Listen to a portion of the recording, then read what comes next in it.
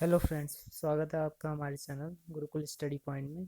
तो आज का हम आपके लिए लेकर आए हैं डीआरडीओ एमटीएस 2020 मैथ्स का सेट वन मॉक टेस्ट लेकर आए हैं मैथ्स का। तो चलिए शुरू करते हैं। इसमें हम शुरू करते हैं फर्स्ट क्वेश्चन से। मैं आपको पहले ही बता चुका हूँ कि इसमें जो पेपर आता है एमटीएस को इतना हार्ड नहीं आता है, पेपर इजी लेवल का आता है। तो हम देखते हैं इसमें किस टाइप के क्वेश्चन हमारे आ सकते हैं, जो कि पिछले एग्जाम्स में से एसएससी एमटीएस के एग्जाम्स में से मैंने उठाए हुए हैं। उन क्वेश्चन को ही मैं ले यहाँ पर लेकर आया हूँ आपके लिए।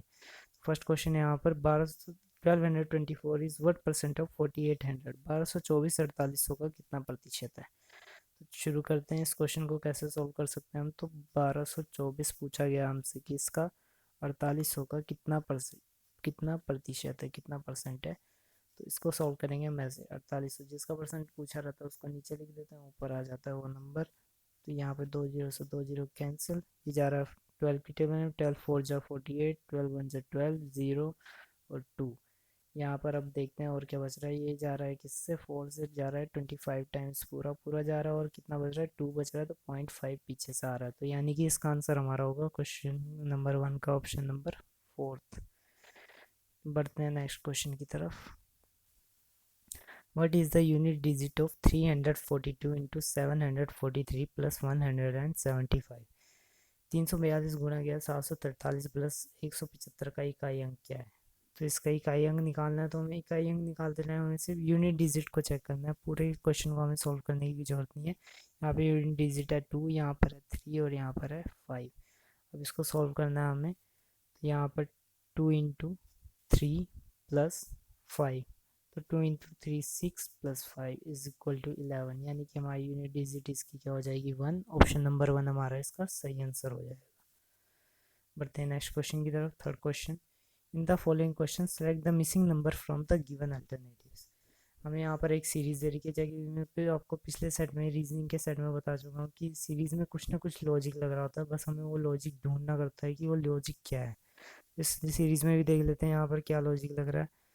1 से 7 हो रहा है, 7 से 9 हो रहा है। यहाँ पे 6 का डिफरेंस आ रहा है, यहाँ पर 2 का डिफरेंस आ रहा है, यहाँ पर 4 का डिफरेंस आ रहा है। 13 से 19, फिर 6 का डिफरेंस। 19 से 21, फिर 2 का। 21 से 25, फिर 4 का डिफरेंस, फिर 25 से 31, फिर यहाँ पर 6 का डिफरेंस आ रहा है। 31 के बाद यहाँ पर क्या आएगा, जैसे कि आपको दिख रहा होगा यहाँ पर पैटर्न चल रहा है। 6 के बाद 2 का डिफरेंस आ रहा है, 2 के बाद 4 का, 4 के बाद फिर से 6 का। यानी कि 6 to 4, यानी कि यहाँ पर आएगा 2 का डिफरेंस। यहाँ पर 2 का डिफरेंस आएगा तो नेक्स्ट नंबर हमारा होगा 33। यानी कि हमारा ऑप्शन नंबर 3 इसका सही आंसर है। बढ़ते हैं नेक्स्ट क्वेश्चन की तरफ। If a minus b equal to 3 and a square plus b square equal to 29, find the value of ab। यहाँ पर हमें दे रखा है कि a माइनस बी की वैल्यू है वो 3 है और a square plus B square की वैल्यू है 29 है। तो ए बी का मान क्या होगा। आपको 8th क्लास में 9th क्लास में एक फॉर्मूला बताया जाता है, जो कि फॉर्मूला होता है ए माइनस बी के होल स्क्वायर का फॉर्मूला। वो फॉर्मूला क्या होता है मैं आपको एक बार रिमाइंड करा देता हूँ। A square plus B square minus 2ab। अब यहाँ पर हमें क्या दे रखा है, ए स्क्वायर भी दे रखा है, बी स्क्वायर भी दे रखा है, और हमें ए माइनस बी की वैल्यू भी दे रखी है, लेकिन उसके स्क्वायर की वैल्यू नहीं दे रखी है। तो इसको हम सॉल्व कैसे करेंगे। यहाँ पर हमें ए बी की वैल्यू फाइंड करनी है। तो हमें यहाँ पर ये वैल्यू भी पता है, ये वैल्यू भी पता है। हम इस वैल्यू में पुट कर देंगे इसको, तो इससे भी हमारा आंसर क्या है, निकल सकता है। ठीक है। चाहे तो हम इसे एक तरीके से और कर सकते हैं कि हमें अगर इसकी वैल्यू किसी और तरीके से निकालनी, तो तरीका सेम है, फॉर्मूला ही पुट हो रहा है और कुछ अंतर नहीं है उसमें। तो उसको कैसे करेंगे, उसको करेंगे हम यहाँ पर हम लिख देंगे ए माइनस बी का होल स्क्वायर। इसको अगर हम खोलेंगे तो यहाँ पर आएगा माइनस का 2ab। माइनस की 2ab को हमने हटाने के लिए इसके अंदर अब क्या कर दिया, 2ab कर दिया। तो जो बचता है हमारा वो क्या बचता है, अंदर बचेगा फिर हमारा ए स्क्वायर प्लस बी स्क्वायर हमारा बचने वाला है। हमें इसकी वैल्यू पता है, इसकी वैल्यू भी पता है, हमें सिर्फ अब वैल्यू पुट करनी है यहाँ पर। तो ए माइनस बी की वैल्यू हमें पता है कितनी है, 3। 3 का स्क्वायर हो जाएगा प्लस 2ab। 2ab की वैल्यू हमें नहीं पता, इसे ऐसे ही रहने देंगे। Is equal to A square plus B square. A square plus B square की हमें वैल्यू पता है कितनी है, 29 है। तो 3 स्क्वायर 9 हो जाएगा, 9 इधर 29 में से माइनस होकर 20 हो जाएगा। तो यानी कि 2ab is equal to 20। 2ab is equal to 20, तो ab इज इक्वल टू हो जाएगा हमारा 10। यानी कि ऑप्शन नंबर 1 हमारा इसका क्या है, सही आंसर हो जाएगा। बढ़ते हैं अब नेक्स्ट क्वेश्चन की तरफ। The greatest number of 4 digit which is divisible by 15, 25, 40 and 75 is. 4 अंकों की सबसे बड़ी संख्या जो 15, 25, 40 और 75 से विभाज्य है, वो कौन सी संख्या होगी? तो सबसे पहले हमें क्या करना है, इन चारों नंबर से विभाज्य होने वाली संख्या का मतलब क्या होगा कि जो कि इन चारों से क्या हो, डिविजिबल हो। इन चारों से डिविजिबल होने का मतलब क्या है कि इन चारों से डिवाइड होती हो, तो यानी कि एलसीएम होगा वो, इन चारों नंबर का एलसीएम जो होगा वो इन चारों से डिवाइड होता होगा। तो 15, 25, 40 और 75 का एलसीएम क्या आने वाला है?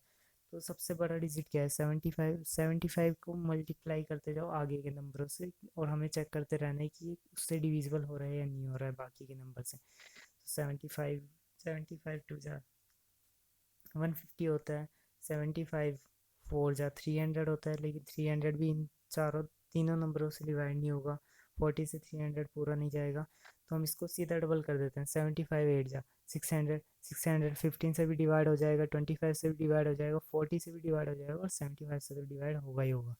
यानी कि इसका एलसीएम हमारा कितना आ गया, 600 हमारा इसका एलसीएम आ गया। इसका एलसीएम आ गया 600। अब 600 से हमने किसको करना है, 4 अंकों की सबसे बड़ी संख्या। 4 अंकों की सबसे बड़ी संख्या क्या होगी, 999 और 9, 9999। चार अंकों की सबसे बड़ी संख्या होगी, इसको हमें 600 से डिवाइड करना है। हम जब इसे 600 से डिवाइड करेंगे तो जो हमारे पास रिमाइंडर बचने वाला है वो हमारे पास बचने वाला है, इसको इससे काट देंगे तो हमारे पास जो रिमाइंडर बचेगा ये 1 टाइम जाएगा, तो हमारे पास बचेगा 3999। फिर ये जाएगा जीरो से, फिर ये जाएगा जीरो से पहले, क्योंकि हमारे पास रिमाइंडर बचेगा 399। जीरो से जाएगा, फिर 9 कैरी आ जाएगा, तो अगली बार ये जाएगा फिर 6 से, फिर ये 6 से जाएगा तो 3600 आएगा। 6 इज जस्ट 36।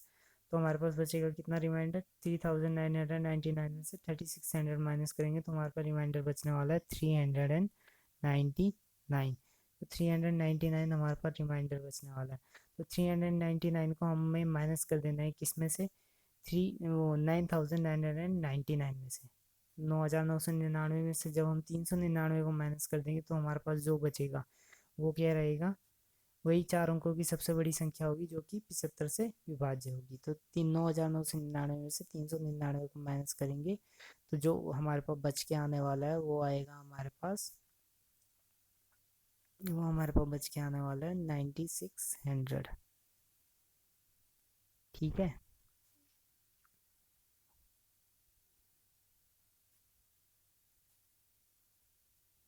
यानी कि हमारा इसका ऑप्शन नंबर 3 इसका आंसर हो जाएगा। बढ़ते हैं हम नेक्स्ट क्वेश्चन की तरफ। नेक्स्ट क्वेश्चन क्या है हमारा, a train running at the speed of 60 kilometre per hour crosses a pole in 9 seconds, what is the length of the train. एक ट्रेन चल रही है 60 किलोमीटर प्रति घंटे की रफ्तार से, 60 किलोमीटर प्रति घंटे की रफ्तार से चल रही है और खंबे को 9 सेकंड में पार करती है, तो ट्रेन की लंबाई कितनी होगी वो हमें निकालनी है। तो सबसे पहले हम देख लेते हैं कि हमें क्या क्या दे रखा है और हमें क्या क्या निकालना है। तो हमें दे रखा है कि एक रेलगाड़ी 60 किलोमीटर प्रति घंटे की रफ्तार से खंबे को 9 सेकंड में पार करती है, यानी कि हमें क्या दे रखा है, हमें दे रखी है रेलगाड़ी की स्पीड। हमें क्या दे रखा है, रेलगाड़ी की speed S equal to 60 kilometre per hour. ये हमें रेलगाड़ी की स्पीड दे रखी है। और हमें क्या दे रखा है, खंबे की लंबाई दे रखी है। खंबे की लंबाई दे रखी है यानी कि एल, लेंथ, इसमें हम डिस्टेंस को एल लेके चलते हैं। स्पीड इक्वल टू क्या होता है, डिस्टेंस अपॉन टाइम। तो एल यहाँ पर हमें कितना दे रखा है, 9 सेकंड। यहाँ पे एल हमें नहीं दे रखा है, सॉरी, यहाँ पर एल हमें नहीं दे रखा है, एल हमें निकालना है। और क्या दे रखा है, हमें टाइम दे रखा है टी। एक खंबे को पार कर रही है कितनी देर में, 9 सेकंड में, तो हमें इसकी लंबाई निकालनी है। तो ट्रेन वाले जो क्वेश्चन होते हैं उनको सॉल्व करते टाइम हम क्या करते हैं कि स्पीड को तो हम एस लेते हैं और डिस्टेंस को हम लेते हैं एल से, L1 प्लस L2।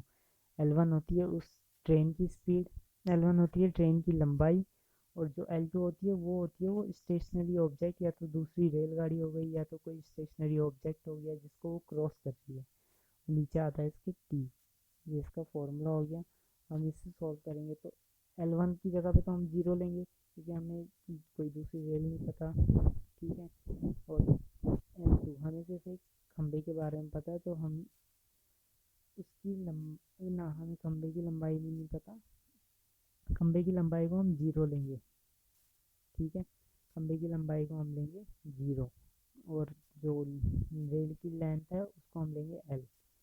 तो इसको सॉल्व करेंगे तो क्या हो जाएगा, S इक्वल टू दे रखा है 60 इज इक्वल टू, यहाँ पर हो जाएगा L, और अपॉन में दे रखा है टाइम 9। तो यहाँ पे 60 किलोमीटर पर आवर दे रखा है, किलोमीटर प्रति घंटे को हमें बदलना है किसमें, मीटर पर सेकंड में। किलोमीटर प्रति घंटे को मीटर पर सेकंड में बदलने के लिए हम क्या करते हैं, इसको मल्टीप्लाई कर देंगे हम 5/18 से, 5/18 से हम इसे मल्टीप्लाई कर देंगे, तो ये हमारा किस में चेंज हो जाएगा, मीटर पर सेकंड में। मीटर पर सेकंड में ये हमारा चेंज हो जाएगा। देखते हैं आप, 9 से ये कट जाएगा 2 टाइम्स, ये 60 से ये कट जाएगा 30 आ जाएगा, 530 क्या हो जाएगा हमारा 150 मीटर। यही हमारा आंसर हो जाएगा, यानी कि ऑप्शन नंबर 4 हमारा क्या हो जाएगा, इसका सही आंसर हो जाएगा। देखते हैं नेक्स्ट क्वेश्चन की तरफ। 7th क्वेश्चन, 66 क्यूबिक सेंटीमीटर, ठीक है। 66 cubic centimeter of silver is drawn into a wire 1 mm in diameter. The length of the wire is in meter will be। यहाँ पे हमें दे रखा है कि 66 घन सेंटीमीटर चांदी है, 66 घन सेंटीमीटर को यहाँ पर 1 मिलीमीटर व्यास के तार में खींचा जाता है। तो मीटर में तार की लंबाई क्या होगी, जो मीटर में हमें तार की लंबाई वो निकालनी है। तो सबसे पहले हमें क्या दे रखा है, डायमीटर दे रखा है, कितना है डायमीटर दे रखा है हमें वायर का, वो कितना दे रखा है 1 mm। तो इसका रेडियस कितना हो जाएगा, रेडियस हो जाएगा इसका आधा, 1/2 mm। अब जो 1/2 mm है इसको हमें सेंटीमीटर में बदलना है, तो R इज इक्वल टू हो जाएगा 1/20 सेंटीमीटर। कैसे, 1 mm, एक mm में कितने सेंटीमीटर आते हैं, 1/10, यानी कि 1 सेंटीमीटर में कितने mm आते हैं, 10 mm आते हैं, 10 मिलीमीटर आते हैं। तो अब आर तो हमारा निकल गया, अब हमें क्या निकालना है कि कितने वो बनाए से जा सकते हैं इसके, जितना वॉल्यूम उसका होगा चांदी का होगा उतने वॉल्यूम की हम क्या बना सकते हैं, तार बना सकते हैं। तो दोनों का वॉल्यूम क्या हो जाएगा, बराबर हो जाएगा, यानी कि 66 इज इक्वल टू, और जो वायर बनाएंगे वायर किस शेप में होता है, वो होता है सिलेंडर शेप में, तो सिलेंडर का वॉल्यूम क्या होता है, πr²h। तो यहाँ पर पाई की वैल्यू हम रखेंगे, जो यूनिवर्सल वैल्यू होती है 22/7, इंटू आर की वैल्यू अभी हमने निकाली थी, वो कितनी आई हमारी 1/20 इंटू 1/20, और एच की वैल्यू हमें फाइंड करनी है। तो यहाँ पर इसको सॉल्व करेंगे, कितना हो जाएगा, 22 से कट जाएगा 3 टाइम्स, बाकी सब ये इधर आ जाएगा, तो ये हो जाएगा 22, 20 इंटू 20 हो जाएगा 40, 40 इंटू 70 हो जाएगा 280, और 28 इंटू 3 होता है 84, तो यानी कि ये हो जाएगा 8400 centimetre is equal to H. यहाँ पर आ गया हमारा एच बराबर कितना, 8400 सेंटीमीटर। 8400 सेंटीमीटर आ गया हमारा एच की वैल्यू। अब सेंटीमीटर को मैं इसकी हमें मीटर में निकालनी है वैल्यू, हमें यहाँ पे ऑप्शन में क्वेश्चन में देगा मीटर में तार की लंबाई क्या होगी। तो 8400 को हम किससे डिवाइड कर देंगे, 100 से डिवाइड कर देंगे। तो 100 से डिवाइड कर देंगे तो ये कितना हो जाएगा, 84 मीटर बच जाएगा। 84 मीटर इसका आंसर हो जाएगा, यानी कि ऑप्शन नंबर फर्स्ट हमारा इसका सही आंसर हो जाएगा। बढ़ते हैं नेक्स्ट क्वेश्चन की तरफ। यहाँ पर अगला क्वेश्चन क्या दे रखा है हमें, 112 इंटू 5 की पावर 4 इज इक्वल टू कितना, ये निकालना है हमें। तो ये इस क्वेश्चन को सॉल्व करेंगे, अगर हम डायरेक्ट अगर 5 की पावर 4 तक की वैल्यू निकालने लग जाएंगे तो बहुत लंबा चला जाएगा क्वेश्चन। हमें इस क्वेश्चन को कैसे करना है, हम इस क्वेश्चन को ऐसे करेंगे कि 112 इंटू 5, 5 की पावर 4 है उसको हम यहाँ पर लिख देंगे, 5 की पावर 4 को हम यहाँ पर लिख देंगे, 5 की पावर 4 को हम क्या लिख सकते हैं, 10/2। 5 को हम लिख सकते हैं 10/2, इसकी पावर ये हो जाएगी 4। इसको सॉल्व करेंगे तो ये हो जाएगा 112 इंटू 10 की पावर 4 था, 4 जीरो आ जाएगी, अपॉन 2 की पावर 4, 2 की पावर 4 यानी कि 16। इसको 16 से डिवाइड कर देंगे, 16 7 जा हो जाएगा हमारा 112, और 7 इंटू 10,000 यानी कि ऑप्शन नंबर सेकंड हमारा इसका आंसर हो जाएगा। बढ़ते हैं नेक्स्ट क्वेश्चन की तरफ। नेक्स्ट क्वेश्चन क्या है हमारा, what is the value of √7 plus √121 plus √441 plus √100। इसको सॉल्व करेंगे, इसको हम कैसे सॉल्व करेंगे, √7 अंडर रूट के अंदर है पूरा 7, प्लस फिर रूट के अंदर 121 यानी कि 11, प्लस अंडर रूट के अंदर है 441 यानी कि हमारा हो जाएगा 21, प्लस 21 का स्क्वायर रूट होता है 400, 21 का स्क्वायर होता है 444, और 10 का स्क्वायर होता है 100। सबको हम प्लस करेंगे तो 10 प्लस 21 हो जाएगा 31, 31 प्लस 11 हो जाएगा 42, 41 प्लस 7 हो जाएगा 49, यानी कि √49, और √49 की वैल्यू होती है 7, यानी कि 7 हमारा इसका राइट आंसर होगा, यानी कि सेकंड ऑप्शन इसका हमारा सही आंसर होगा। बढ़ते हैं नेक्स्ट क्वेश्चन की तरफ। What is the simplified value of 5.2 cube minus 1.7 की cube upon 5.2 square minus 5.2 into 1.7 plus 1.7 का होल स्क्वायर। जैसे कि आपको दिख रहा होगा यहाँ पर नंबर जो है वो बार बार रिपीट हो रहे हैं। अगर हम 5.2 को ए ले लें और 1.7 को बी ले लें, अगर हम यहाँ पर 5.2 को ए ले लें और 1.7 को बी ले ले, तो ये फॉर्मूला बन रहा है हमारा। यहाँ पर इसको रखेंगे तो a cube minus b cube upon a square minus a b plus B square. ये जो फॉर्मूला होता है ये इज इक्वल टू में होता है किसके, ये इक्वल टू में आएगा हमारा ए माइनस बी के।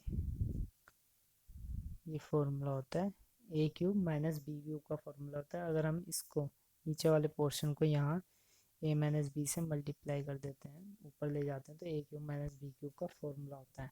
अगर यहाँ पर ए क्यूब प्लस बी क्यूब होता तो यहाँ पर ये फॉर्मूला जो होता है ये होता ए माइनस बी की जगह ए प्लस बी का। तो इस क्वेश्चन में अब आगे बढ़ते हैं। तो हम डायरेक्ट वैल्यू रख देंगे, ए और बी को दोनों को माइनस कर देंगे, तो हमारा क्या है आंसर यहाँ पर निकल के आ जाएगा। तो यहाँ पर ये फॉर्मूला बन रहा है ए क्यूब माइनस बी क्यूब, तो यहाँ पर ये प्लस का होता है ए प्लस बी, यहाँ पर माइनस आता है वहाँ पर प्लस आता है। और अब यहाँ पर इसमें अगर वैल्यू रखते हैं ए और बी की जगह, तो ए की जगह 5.2 और बी की जगह 1.7, दोनों को ऐड करेंगे हमारा आंसर आ जाएगा। 5.2 प्लस 1.7 इज इक्वल टू हो जाएगा हमारा 6.9, इसका सही आंसर हो जाएगा। ऑप्शन नंबर 4 इसका हमारा सही आंसर हो जाएगा। करते हैं नेक्स्ट क्वेश्चन की तरफ। 11th, A B and C can complete a work in 5, 10 and 30 days respectively. In how many days A, B and C together can complete the same work? A B और C क्रमशः 5, 10, 30 दिनों में एक काम पूरा कर सकते हैं। ए बी और सी एक साथ मिलकर कितने दिनों में काम पूरा कर सकते हैं, ये हमें फाइंड करना है।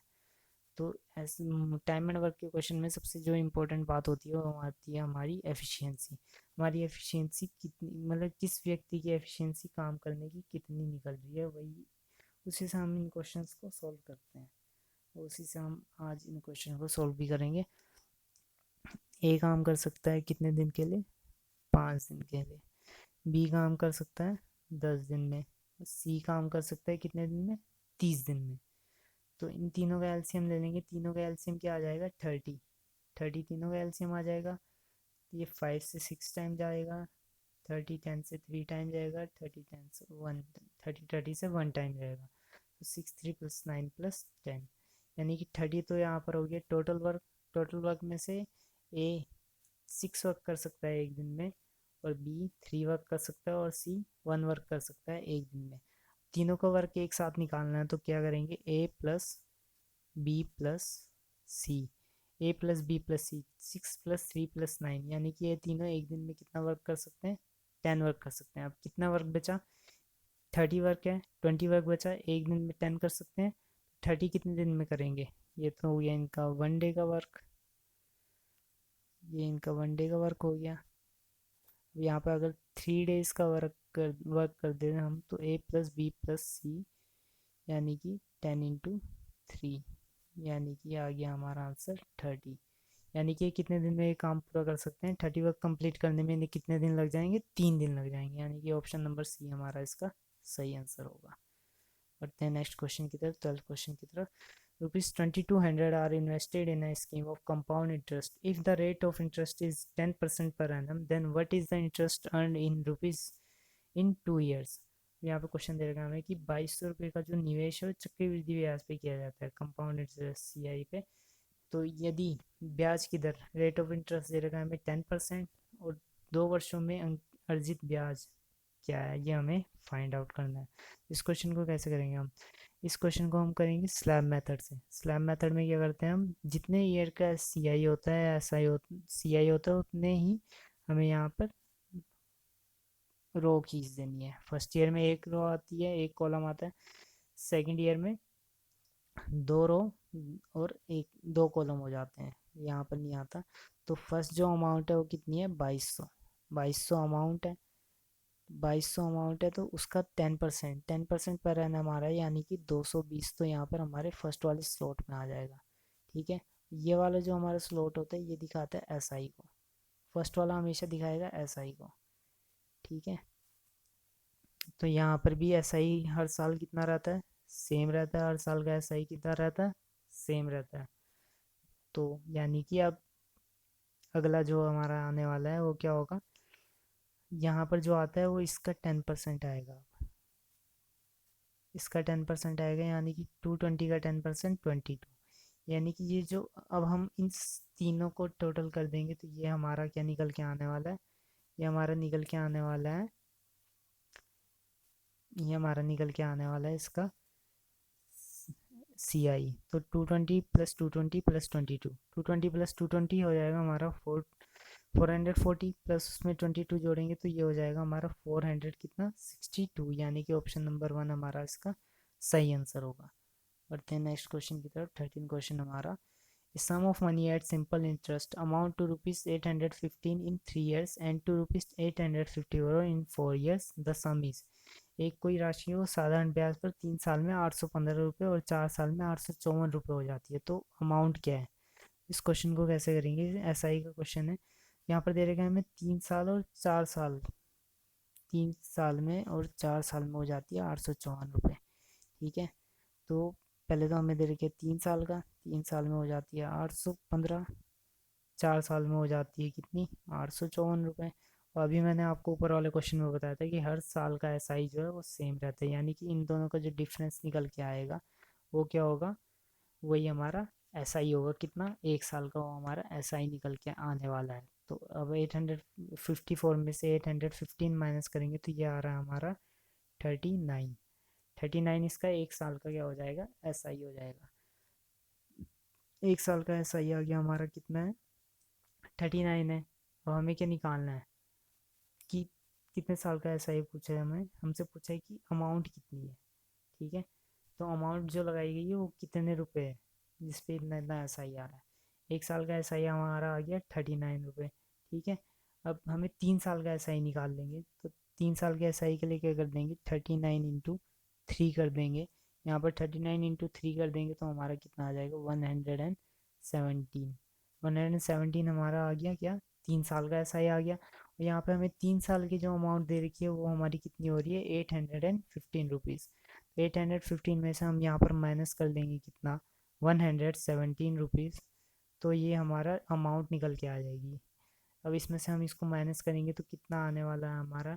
815 में से 117 माइनस करेंगे तो 15 में 7 जाएगा, 8 बचेगा, यानी कि इसके लास्ट में 8 आने वाला है, वही आंसर है। यानी कि ऑप्शन नंबर 3 हमारा इसका राइट आंसर है। ऑप्शन नंबर 3 हमारा इसका राइट आंसर है, 650 रुपीज़। बढ़ते हैं नेक्स्ट क्वेश्चन की तरफ। 14. Selling price of an article is ₹2,695. 30, if 23% discount is given, then what is the mark price in rupees? एक लेख की विक्रय मूल्य एक लेख का विक्रय मूल्य 2,695 रुपये। यदि 30% छूट दी जाती है तो चिन्हित मूल्य रुपये में क्या होगा, ये हमें निकालना है। अब इस क्वेश्चन को करते हैं। सबसे पहले इस क्वेश्चन में हमें दे रखा है क्या, 23% डिस्काउंट दे रखा है। डिस्काउंट परसेंटेज दे रखा है हमें 23%। 23% को हम लिख लेते हैं, क्या लिख सकते हैं, 23/100। यहाँ पे 23/100 यानी कि ऊपर वाला जो इसका रेशियो निकल के आता है, डिस्काउंट परसेंटेज का रेशियो, इसमें हमेशा ऊपर वाला होता है हमारा डिस्काउंट, नीचे वाला होता है हमारा MRP यानी कि मार्क प्राइस, और इन दोनों का रेशियो दिया रहता है। तो इससे हमारा निकल के आता है MP और SP का रेशियो। MP और SP का रेशियो। MP हमें दे रखा है कितना है, यहाँ पर MP है, MP आ गया हमारा 100 रुपये का। SP हो गया हमारा, यहाँ पर ये रेशियो है, ध्यान रखिएगा। MP आ गया हमारा 100 का। SP कितना होगा हमारा, SP कैसे निकलता है, जब भी कोई मार्केट प्राइस होता है, जितना भी उस पर लिखा होता है, जब दुकान वाला हमें उस पर छूट देता है कुछ प्रतिशत की, तो उस पर छूट मिलने के बाद जितने में हम उसे खरीदते हैं, वो क्या हो जाता है, उसका SP हो जाता है, सेलिंग प्राइस हो जाता है। यानी कि MP में से हम यहाँ पर डिस्काउंट को माइनस कर देंगे, 100 में से 23 माइनस कर देंगे, तो हमारा डिस्काउंट जो सेलिंग प्राइस है वो निकल के आ जाएगा, कितना हो रहा है, 77। लेकिन यहाँ पे हमें सेलिंग प्राइस दे रखा है कितना है, 2,695 रुपीज़। यानी कि सेलिंग प्राइस हमारा इक्वल टू होने वाला है किसके बराबर, 77 इज इक्वल टू होने वाला है 2,695 रुपीज़। ये जाएगा 77, इससे कटेगा, और 77 को 3 से मल्टीप्लाई करेंगे तो 21 के आसपास आएगा, 2100 के आसपास। लेकिन 2130 से मल्टीप्लाई करेंगे 2100 के आसपास आएगा। फिर हमें पीछे लास्ट में 5 चाहिए, तो देखते हैं 5 35 से जा रहा है पूरा, तो 1 इज इक्वल टू, ये जा रहा है 77, हाँ 35 पे ये पूरा पूरा कैंसिल हो रहा है। यानी कि SP हमारा आ गया यहाँ पर, 1 की वैल्यू आ गई हमारी 35। हमसे पूछा है कि जो उसका मार्क प्राइस है वो क्या है, चिन्हित मूल्य क्या है। चिन्हित मूल्य कैसे निकलेगा इसका, चिन्हित मूल्य जब 1 बराबर है 35 के, तो 100 बराबर हो जाएगा कितने के, 35 100 के। यानी कि हमारा इसका ऑप्शन नंबर 3 इसका क्या हो जाएगा, राइट आंसर हो जाएगा। बढ़ते हैं नेक्स्ट क्वेश्चन की तरफ। आज का हमारा लास्ट क्वेश्चन दे रखा है यहाँ पर, मोहन और सोहन की वर्तमान आयु का अनुपात 2:3 है, और अब से 10 वर्ष बाद यह अनुपात 3:4 में बदल जाएगा। तो मोहन की वर्तमान आयु क्या है, मोहन की वर्तमान आयु निकालनी है हमें।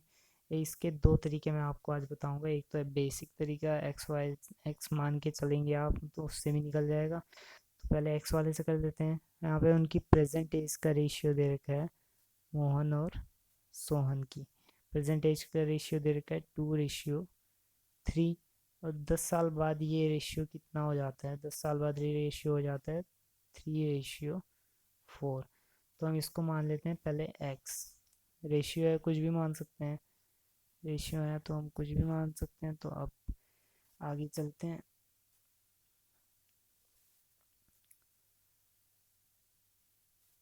यहाँ पर 2x और 3x आ गया 10 साल बाद, यानी कि 2x प्लस 10/3x+10 कितना हो जाएगा, ये 10 साल बाद हो जाएगा। ये रेशियो कितना हो जा रहा है, 3:4 हो जा रहा है।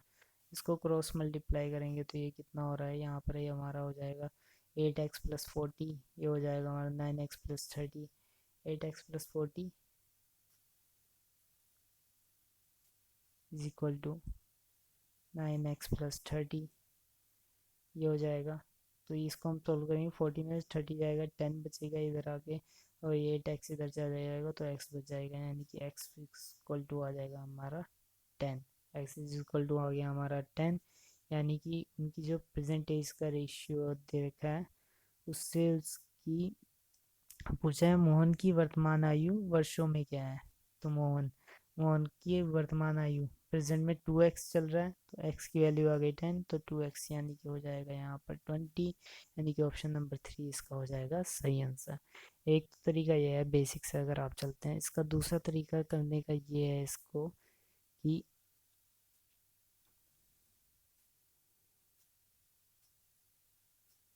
दूसरे तरीके से अगर हम इसे करते हैं तो कैसे करेंगे। यहाँ पर प्रेजेंट में तो उनका रेशियो दे रखा है हमें, कितना दे रखा है, प्रेजेंट का रेशियो दे रखा है हमें 2:3, और 10 साल बाद ये रेशियो कितना हो जाएगा, ये रेशियो हो जाएगा 3:4। जब भी यहाँ पर ऐसे रेशियो दे रखा हो 10 साल बाद का या कुछ का, तो यहाँ पर हम देखते हैं इनका वर्टिकल गैप चेक करते हैं।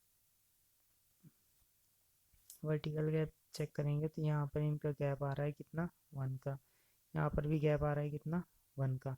जब भी यहाँ पर गैप 1 का होगा तो 1 का गैप है और कितने साल की वजह से वो गैप आ रहा है वो देखना है।